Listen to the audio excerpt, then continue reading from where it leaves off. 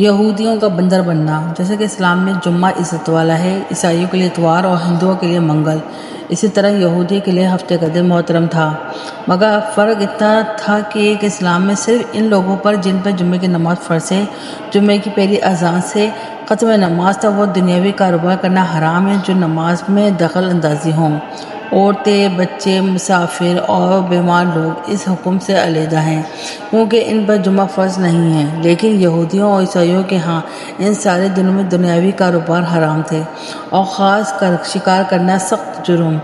موسیٰ علیہ السلام کے بعد یہ واقعہ پیش آیا کہ بنی اسرائیل کی ایک جماعت بحر کلزم کے کنارے شہر ایلیہ میں رہتی تھی جو مدینہ منورہ اور شام کے درمیان ہے۔ یہ لوگ مچھلی کے شکار کے بہت شوقین تھے۔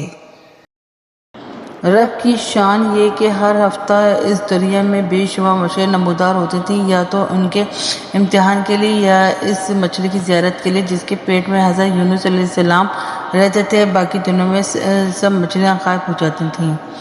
ان کے منہ میں پانی بھر آیا اور سوچنے لگے کہ کسی تدبیر سے ان کا شکار کرنا چاہیے جس سے شکار بھی ہو جائے اور ہفتے کے دن کی بے حرمتی بھی نہ ہو۔ آخر ان عقل مندوں نے یہ حلیہ سوچا کہ دریا کے ارد گرد بہت سے گہرے غار کھود دیے اور دریا سے اس غار تک نالیاں بنا دیں۔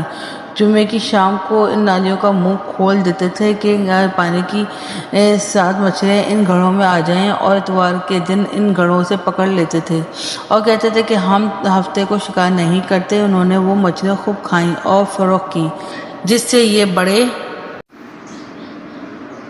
مالدار ہو گئے۔ 40 یا 70 سال تک ان کا یہ عمل رہا۔ یہ لوگ کل 70,000 تھے۔ ان کی 3 جماعتیں بن گئیں، ایک تو شکار کرنے والوں کی، دوسرے اس سے منع کرنے والوں کی اور تیسرے خاموش رہنے والوں کی۔ یہ لوگ کل 12,000 تھے، باقی سب شکاری۔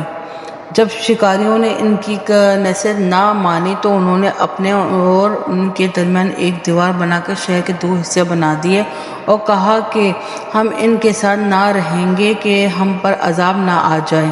یہاں تک کہ داؤد علیہ السلام کا زمانہ آ گیا۔ آپ نے ان کو شکار کرنے سے منع کیا اور فرمایا کہ اے بے وقوفوں، قید کرنا ہی تو شکار ہے۔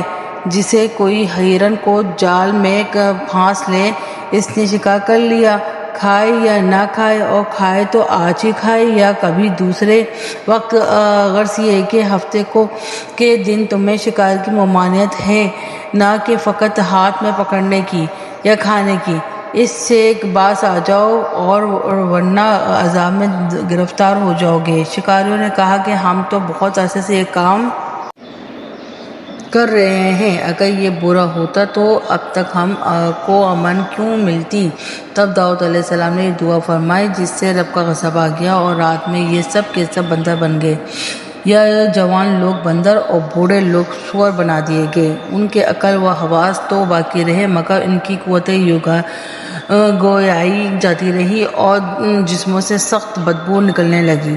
صبح کے وقت اس محلے کو لوگوں نے دیکھا کہ نہ تو اس محلے سے کوئی آدمی آتا ہے اور نہ کوئی آواز، نہ کوئی دھواں وغیرہ نکلتا ہے، تو یہ دیواروں پر چڑھ کر ان کے گھروں میں داخل ہو گئے۔ وہ بندر ان کو دیکھ کر ان کی طرف دوڑے اور ان کے قدموں سے لپٹنے لگے اور ان کے کپڑے سونگھتے اور روتے تھے۔ ان لوگوں نے کہا کہ کیا ہم نے تمہیں شکار کرنے سے منع نہ کیا تھا؟ وہ بندر سر ہلاتے اور آنسو ان کو خساروں پر بہتے تھے۔ اس حال پر ان کو 3 روز گزرے اور سب کے سب مر گئے۔